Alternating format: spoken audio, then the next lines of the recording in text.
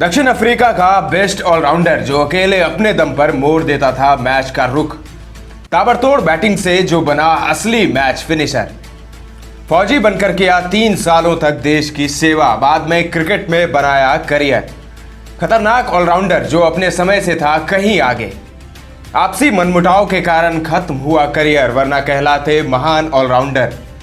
दोस्तों, क्रिकेट हो या जिंदगी, आपको नाम बनाने के लिए काफी जद्दोजहद करना पड़ता है, लेकिन नाम बिगड़ने में जरा सी मेहनत नहीं लगती। सिर्फ एक छोटी सी गलती से आपके पूरे किए कराए पर पानी फिर जाता है। आज की कहानी भी कुछ ऐसी ही है। आप देख रहे हैं चक दे क्रिकेट की खास पेशकश चक दे क्लिक्स, और आज के अंक में बात होगी दक्षिण अफ्रीका के अपने समय के एक बेस्ट ऑलराउंडर की, जिसने अकेले अपने दम पर अफ्रीकी टीम को कई मुकाबले जितवाए, कई ताबड़तोड़ पारियां खेली, लेकिन उनको याद किया जाता है असफलताओं के लिए, और यही दुखद है। क्रिकेट में करियर बनाने से पहले इस खिलाड़ी ने फौज में अपनी सेवाएं दी, जो कि एक मिसाल है। कप्तान से मनमुटाव और व्यक्तिगत मतभेद के चलते दमदार ऑलराउंडर को 33 साल की ही उम्र में संन्यास लेना पड़ गया, जबकि उनके अंदर काफी क्रिकेट बची थी। आज के अंक में ऐसे ही बदनसीब खिलाड़ी की बात होगी जिसके मन में आज भी एक टीस है, अपनी टीम को विश्व कप जीत ना दिला पाने की। आज के वीडियो में हम दक्षिण अफ्रीका के दिग्गज ऑलराउंडर और फिनिशर लैंस क्लूजनर के जीवन से जुड़ी कुछ जानी अनजानी और अनकही बातों को जानने की कोशिश करेंगे। दोस्तों, 4 सितंबर 1971 को दक्षिण अफ्रीका के डरबन शहर के नटाल प्रोविंस में लैंस क्लूजनर का जन्म हुआ था। क्लूजनर के पिता भी एक स्पोर्ट्स पर्सन थे। वो पोलो के साथ साथ क्रिकेट भी खेला करते थे, इसीलिए लैंस क्लूजनर के खून में ही क्रिकेट था।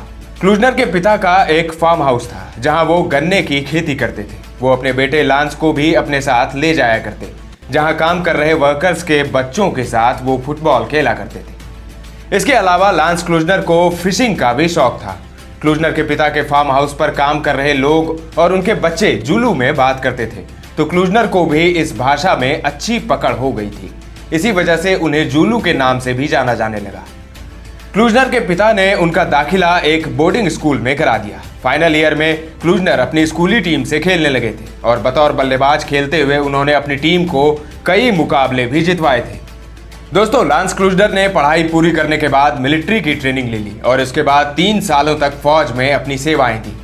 इसी दौरान खाली वक्त में उन्होंने गेंदबाजी करना भी शुरू कर दिया। गेंदबाजी करते हुए उन्होंने अपनी एक अलग थ्योरी बनाई। थ्योरी ये थी कि यदि आप बल्लेबाज के विकेट को हिट नहीं कर सकते तो उनके सिर को हिट करें, इससे आपको विकेट जरूर मिलेगा। मिलिट्री की सर्विस पूरी करने के बाद उन्होंने क्रिकेट में ही अपना करियर बनाने का निर्णय ले लिया था।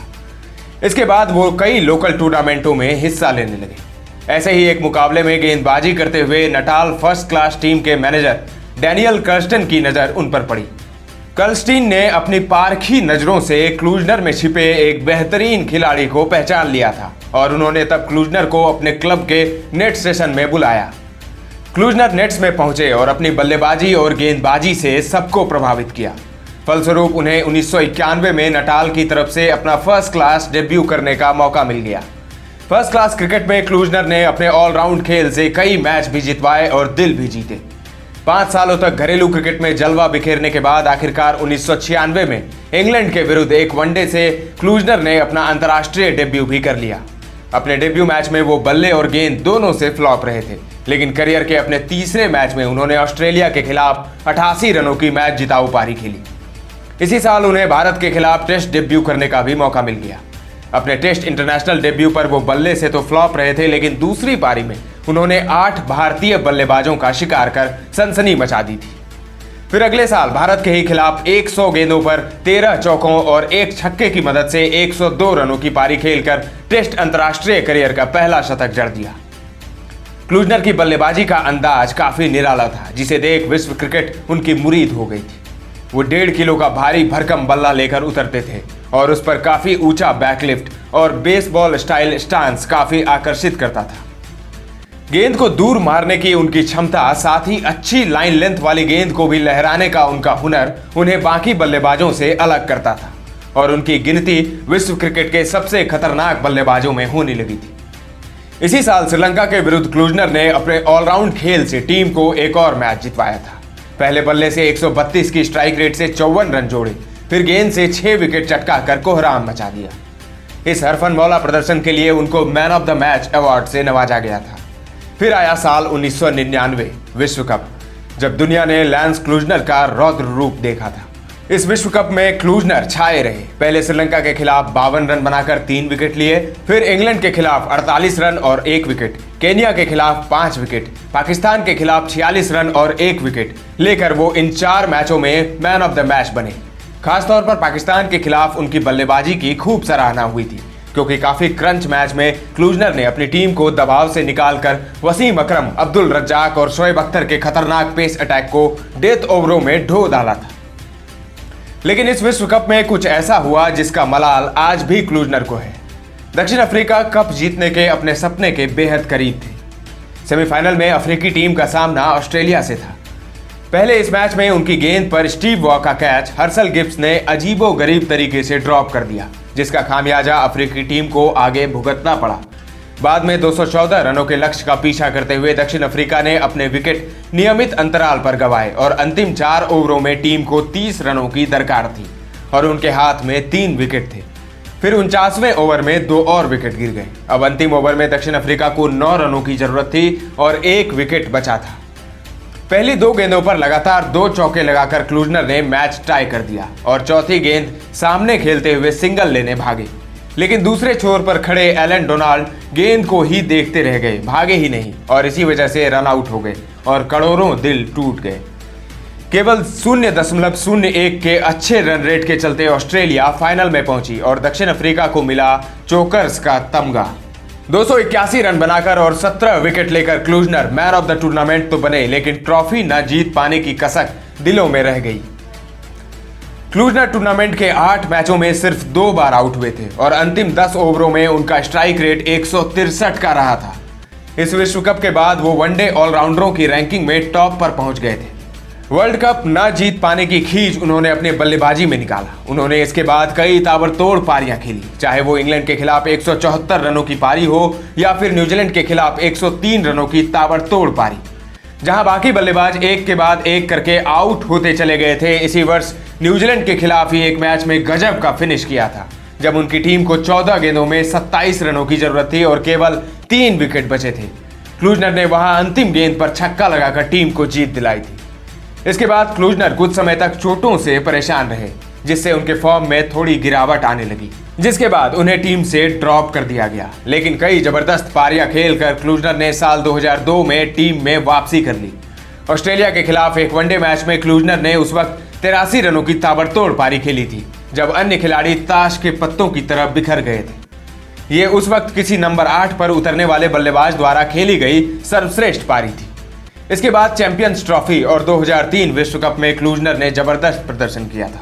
2003 में भी कहानी 1999 विश्व कप जैसी ही रही। अंत में सारा दारोमदार क्लूजनर के ही कंधों पर होता। वेस्टइंडीज के खिलाफ मैच में उनके ताबड़तोड़ 57 रनों की पारी के बावजूद दक्षिण अफ्रीका 3 रनों से हार गई थी। श्रीलंका के खिलाफ दक्षिण अफ्रीका के पास सेमीफाइनल में पहुंचने का मौका था, लेकिन डकवर्थ लुइस के खराब कैलकुलेशन के चलते अफ्रीकी टीम को मात्र 1 रनों से हार का सामना करना पड़ा। इस मैच के बाद धीमी बल्लेबाजी के लिए क्लूजनर की जमकर आलोचना हुई थी। नतीजा ये हुआ कि विश्व कप के बाद इंग्लैंड दौरे के लिए उन्हें टीम से बाहर कर दिया गया था। इसके बाद क्लूजनर ने बोर्ड के खिलाफ अर्निंग लॉस के कारण लीगल एक्शन भी ले लिया। क्लूजनर ने अपने देश के लिए काउंटी क्रिकेट खेलने का ऑफर भी ठुकरा दिया था। हालांकि बाद में मामला शांत हो गया और बोर्ड और उनके बीच सुलह हो गई। लांस क्लूजनर एक इम्पैक्ट प्लेयर थे, जो अकेले अपने दम पर मैच का रुख पलटने का मादा रखते थे। 2004 चैंपियंस ट्रॉफी के लिए वो उपलब्ध थे।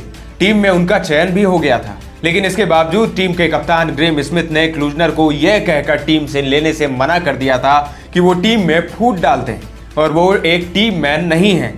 आगे भी स्मिथ ने उनके सिलेक्शन पर काफी आपत्ति जताई। 2004 चैंपियंस ट्रॉफी के बाद क्लूजनर का करियर खत्म हो गया।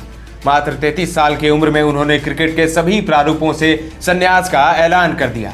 यदि स्मिथ ने अपने व्यक्तिगत मतभेद या मनमुटाव से आपत्ति न की होती तो शायद क्लूजनर 2007 विश्व कप के लिए भी अफ्रीकी टीम का हिस्सा होते।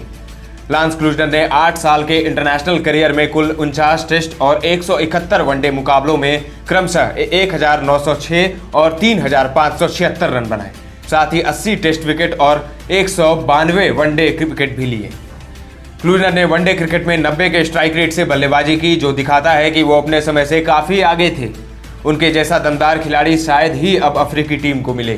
2016-18 तक क्लूजनर जिम्बाब्वे टीम के कोच रहे और 2019 में वो दक्षिण अफ्रीका के अंतरिम कोच भी रहे। इसके अलावा वो अफगानिस्तान क्रिकेट टीम के भी कोच रह चुके हैं। 2022 के मार्च महीने में वो दोबारा जिम्बाब्वे के कोच बने थे। लांस क्लूजनर के निजी जीवन की बात करें तो 13 मई 2000 को 28 वर्षीय क्लूजनर ने डरबन में इसाबेले पॉटगीटर से शादी रचाई थी, जिनसे उन्हें 2 बेटे हुए। लांस क्लूजनर एक दमदार ऑलराउंडर जिन्होंने अपने खेल से मैच भी जीते और दिल भी।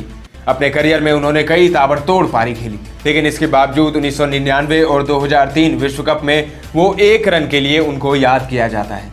ये काफ़ी दुखद है। क्लूजनर के योगदान को ना तो भुलाया जाना चाहिए, ना ही नज़रअंदाज किया जाना चाहिए। 2014 में क्लूजनर एक इंटरव्यू में कहते हैं, जो हुआ उसके लिए डोनाल्ड को दोष नहीं देना चाहिए। क्लूजनर ने कहा कि वो अधीर हो गए थे और दूसरे छोर तक पहुंचे, लेकिन वास्तव में कोई रन नहीं था। वो 1 रन न बना पाने का दुख आज भी क्लूजनर के मन में है और ये जख्म आज भी उतना ही गहरा है। आप लांस क्लूजनर के क्रिकेट करियर को किस तरह देखते हैं, कमेंट में जरूर बताएं। क्रिकेट के इंटरेस्टिंग स्टोरी, खबरों और रिकॉर्ड्स के लिए बने रहें हमारे साथ। अगले अंक में एक और स्टोरी, एक और खिलाड़ी। अभी दीजिए इजाजत। धन्यवाद।